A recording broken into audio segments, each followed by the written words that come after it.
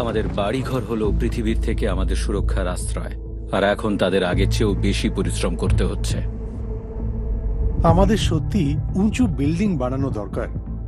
প্রাকৃতিক দুর্যোগ মোকাবেলার ক্ষেত্রে আমাদের খুব তাড়াতাড়ি সামলে উঠতে হবে। দুর্যোগের সময় কয়েকদিন ধরে প্রচন্ড বৃষ্টিপাত হয়, তারপর বৃষ্টি থেমে যায়। যদি আবার শুরু না হয় তাহলে খরা হবে। তাইওয়ানের টেকটনিক প্লেটের অ্যাক্টিভ মুভমেন্টের কারণে ভূমিকম্প এড়ানো সম্ভব নয়। তাইওয়ানে একটা নতুন বিল্ডিং প্রজেক্টের লক্ষ্য হচ্ছে ভবিষ্যতে সেফ আরবান হাউসিং এর স্ট্যান্ডার্ড তৈরি করা।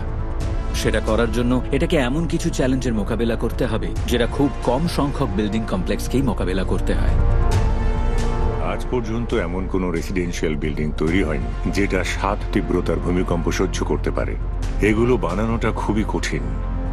আমাদের কাছে যে সাইজমিক ডিজাইন স্ট্যান্ডার্ড আছে সেটা 0.4G এর সাথে তুলনা করা যেতে পারে, যেটা একটা নিউক্লিয়ার পাওয়ার প্ল্যান্টের সেফ শাটডাউন। আমরা এমন বাড়ি তৈরি করতে চাই যেটা কাস্টমারদের মানসিক শান্তিও দেবে এবং আরামও দেবে, যাতে তারা ভূমিকম্প আর ঘূর্ণিঝড়ের সময় ভয় না পান। আমাদের বিল্ডিংটা 100 বছর টিকে থাকবে। চেয়ারম্যান লিন পৃথিবীর সেরা গ্রাম তৈরি করতে চান। একদিন পৃথিবীর সবাই এভাবেই বেঁচে থাকতে পারবে। এজন্যই একে বলা হয় দ্য গ্লোবাল ওয়ান।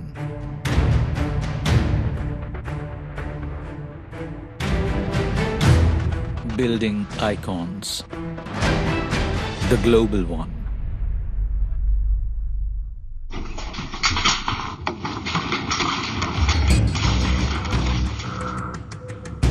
তাইওয়ান প্রশান্ত মহাসাগরের চারপাশে অবস্থিত রিং অফ ফায়ারের অংশ, যেটা ভূমিকম্প এবং আগ্নেয়গিরির জন্য একটা সক্রিয় ভূমিকম্প প্রবণ অঞ্চল। এটা একটা ঘূর্ণিঝড় প্রবণ অঞ্চলও বটে এবং প্রতি বছর এর ওপর দিয়ে ঝড় বয়ে যায়।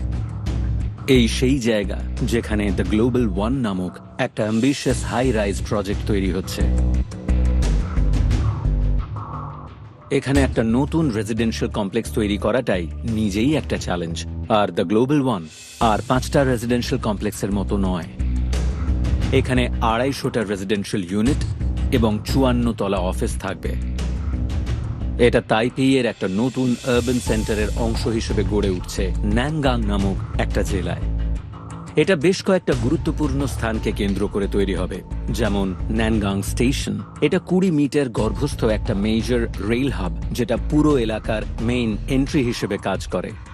The national biotechnology research park হলো একটা উদ্ভাবনী কেন্দ্র, যেটা সাস্টেনেবিলিটির কথা মাথায় রেখে তৈরি করা হয়েছে। দ্য তাইপেই মিউজিক সেন্টার হলো তাইওয়ানের সব থেকে বড় পপ ভেন্যু। এটা মিউজিক ও কালচারাল অ্যাক্টিভিটিসের একটা কেন্দ্রও বটে। এর লক্ষ্য হলো সংস্কৃতির প্রচার এবং শিল্পী, স্রষ্টা এবং সাধারণ মানুষকে একত্রিত করা। এবং তারপরে আছে বিশাল নানগাং এক্সিবিশন সেন্টার, যেটা বিশ্বের কাছে তাইওয়ানের টেকনোলজি এবং ইনোভেশন তুলে ধরে বাণিজ্য মেলায় বিশাল জনসমাগম ঘটায়।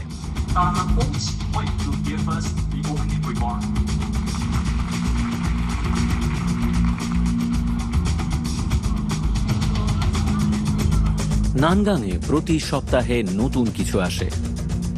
মানুষ, সৃজনশীলতা এবং অবিরাম একটা ছন্দে চলতে থাকা শহর। একাধিক হাই রাইজ ব্লকে ঠাসা একটা বিশাল কমপ্লেক্স তৈরি করাটা কখনোই সহজ হয় না। গ্লোবাল ওয়ানের নির্মাতারা দৃঢ় প্রতিজ্ঞ যে এটা শক্তিশালী হবে এবং বহুদিন টিকে থাকবে। নানগাংয়ে এটা তৈরি করা সহজ হবে না, বিশেষ কিছু ঝুঁকিপূর্ণ ভূতাত্ত্বিক গঠনের কারণে। 3000 বছর আগে তাইপেই অঞ্চলটা একটা লেক ছিল। যখন জলাধার এলাকায় প্রবেশ করে তখন এটা সেডিমেন্ট নিয়ে এসে এখানে জমা করে, যেটা সয়েল লিকুইফিকেশন করে। তাইপি একটা ডুবে যাওয়া অঞ্চল, তাই এখানে অনেক মোটা সেডিমেন্টারি লেয়ার আছে, যেগুলো তরঙ্গগুলোকে সহজেই ভেতরে ভাইব্রেট করে ক্রমশ বড় করে তোলে। যখন আমরা এই ধরনের অঞ্চলের ভূতত্ত্ব নিয়ে কাজ করি তখন এর দিকে নজর দিতে হয়, যেমন আমাদের ভিত, ঢাল, ডিজাইন এবং কনস্ট্রাকশন। ভিত হলো এই অঞ্চলের সবচেয়ে গুরুত্বপূর্ণ জিনিস। ভূমিকম্পের সময় মাটির গভীর থেকে বের হওয়া শক্তি মাটির ভিতর দিয়ে চলাচল করে এবং পুরনো লেকের নরম পাললিক মাটিতে ছড়িয়ে পড়ে। এটা জেলি এফেক্ট নামে পরিচিত। যদি কোনো বিল্ডিং এর ভিত ভালোভাবে বসানো না হয় তাহলে এটা মাটির ওপরে তরল পদার্থের মতো ভেসে থাকবে, বেঁকে যাবে, সরে যাবে, এমনকি ভেঙেও পড়তে পারে। ভূমিকম্পের ফলে এখানে মাটির নড়াচড়া অনেকক্ষণ হয়। এটা বেসিন এফেক্ট নামে পরিচিত।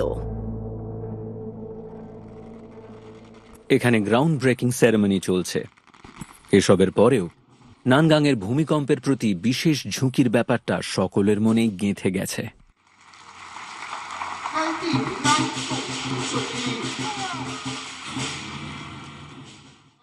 আগে সবার মনে হতো যে ন্যাংগং একটা হোপলেস জায়গা, কেউ ভাবতেই পারেনি যে এখানে এরকম একটা বড় কিছু করা সম্ভব।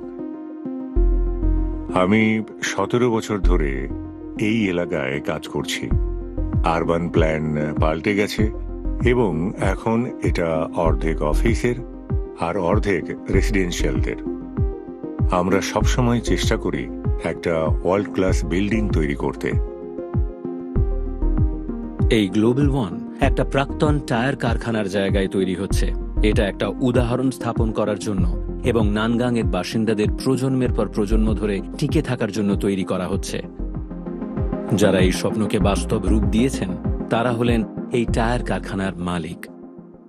Honorary chairman, Nankang rubber tyre corporation limited. আমরা দ্য গ্লোবাল ওয়ানকে বাসিন্দাদের জন্য একটা পারিবারিক উত্তরাধিকার হিসেবে দেখি। আমাদের কনস্ট্রাকশন পদ্ধতি, ভূকম্পের রেটিং এবং পরিবেশ সুরক্ষা তাইওয়ানের কনস্ট্রাকশনের ক্ষেত্রে সব থেকে ভালো জায়গায় আছে।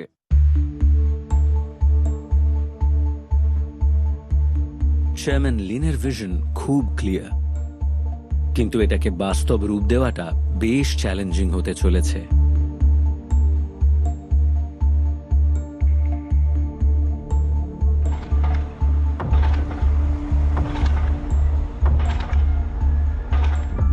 সবচেয়ে বড় চ্যালেঞ্জ হলো নরম মাটি নিয়ে কাজকর্ম করা।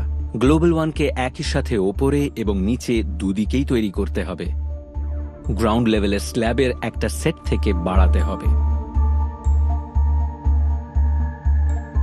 ভিতটা একটা ডায়াফ্রাম ওয়াল দিয়ে ঘেরা, 1 মিটার মোটা এবং 37 মিটার গভীর। ওয়ালটা কয়েকটা স্তম্ভের সাথে একত্রিত হয়ে একটা আর্টিফিশিয়াল রক প্লেট তৈরি করে এবং বিল্ডিংগুলোকে দাঁড় করিয়ে রাখে।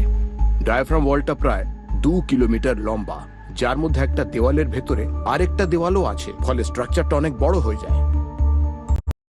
এর ভেতরে আরেকটা দেওয়ালও আছে, ফলে স্ট্রাকচারটা অনেক বড় হয়ে যায়। পাইল ফাউন্ডেশন এবং ডায়াফ্রাম ওয়ালগুলোর ডেপথের কথা বলতে গেলে এগুলোই হলো আমার দেখা সব থেকে গভীর এবং চ্যালেঞ্জিং।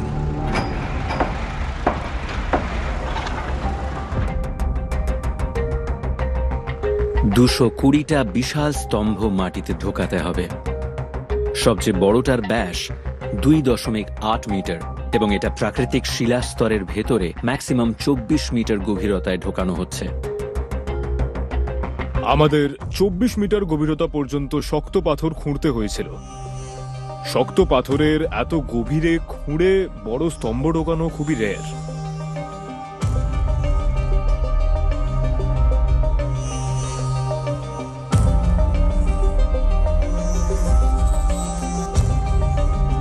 মাটির ভেতরে কিছু ঢোকানোর আগে স্তম্ভগুলো পরীক্ষা করা প্রয়োজন। স্যাম্পল পাইলে মোট 3,400 টন লোড রাখা হয়েছে, যাতে এটা আসন্ন সমস্ত লোড সহ্য করতে পারে। আমরা 20টা ধাপে 3,400 টন পর্যন্ত প্রেসার দিয়ে থাকি। প্রতিটা ধাপ 15 মিনিট ধরে থাকে। যদি 18 সেন্টিমিটারের বেশি কোনো নড়াচড়া হয় তাহলে পরীক্ষাটাকে ফেলিয়ার হিসেবে দেখানো হয় এবং সেটা অবিলম্বে বন্ধ করে দেওয়া হয়।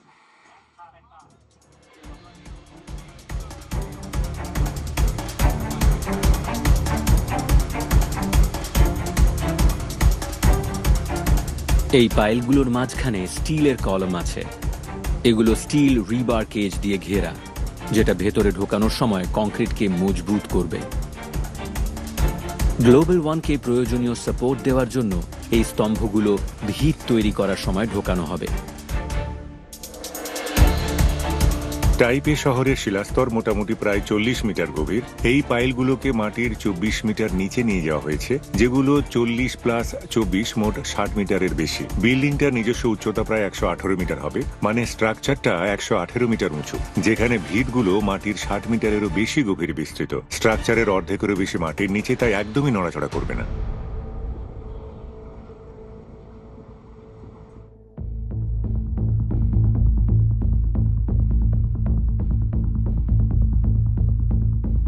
শিলাস্তরে খোঁড়াখুঁড়ি করা কঠিন কাজ। একবার শিলাস্তরে পৌঁছানোর পরে আমরা প্রতি ঘন্টায় মাত্র 30 সেন্টিমিটার খুঁড়তে পারি। তো এরকম ভিত্তির ভিত তৈরি করতে ভাবুন কত সময় লাগতে পারে। এই পুরো প্রসেস চলাকালীন দেখতে হবে যে আশেপাশের পলি এবং বালি স্তূপে যেন না ঢুকে যায়, কারণ এটা পুরো স্ট্রাকচারের কোয়ালিটি খারাপ করে দেবে। আমরা পুরো 1 বছর ধরে শুধু স্তম্ভ আর ডায়াফ্রামের ওয়ালগুলো তৈরি করেছি। স্তম্ভগুলো ছিল পারফেক্ট, তাই সঠিকভাবে করার জন্য স্পিডের চেয়ে বেশি পরিপূর্ণতাকে গুরুত্ব দিয়েছি। তাইওয়ানে জিও টেকনিক্যাল ইঞ্জিনিয়ারিং এ এত বিনিয়োগ দেখতে পাওয়া সত্যি রেয়ার। কনস্ট্রাকশন সাধারণত বিল্ডিং এর সৌন্দর্যের উপর জোর দেয়, কিন্তু এই প্রজেক্টটা বাইরের সৌন্দর্যের সাথে সাথে আসল বিষয়বস্তুর উপর জোর দেয়।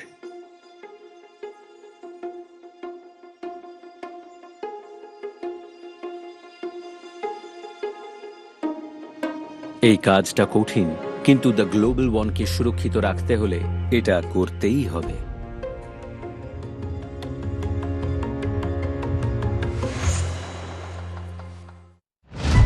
করা হচ্ছে ওগুলো নানগাংয়ের একটা অসাধারণ নতুন প্রজেক্ট দ্য গ্লোবাল ওয়ানের কাঠামো হতে চলেছে।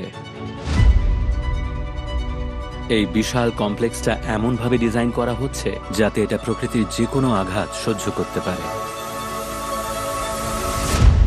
আজ মাটির ওপরে প্রথম স্টিলের বিম বসানো হচ্ছে। এটা গোটা টিমের কাছে করা হচ্ছে যাতে এটা প্রকৃতির যে কোনো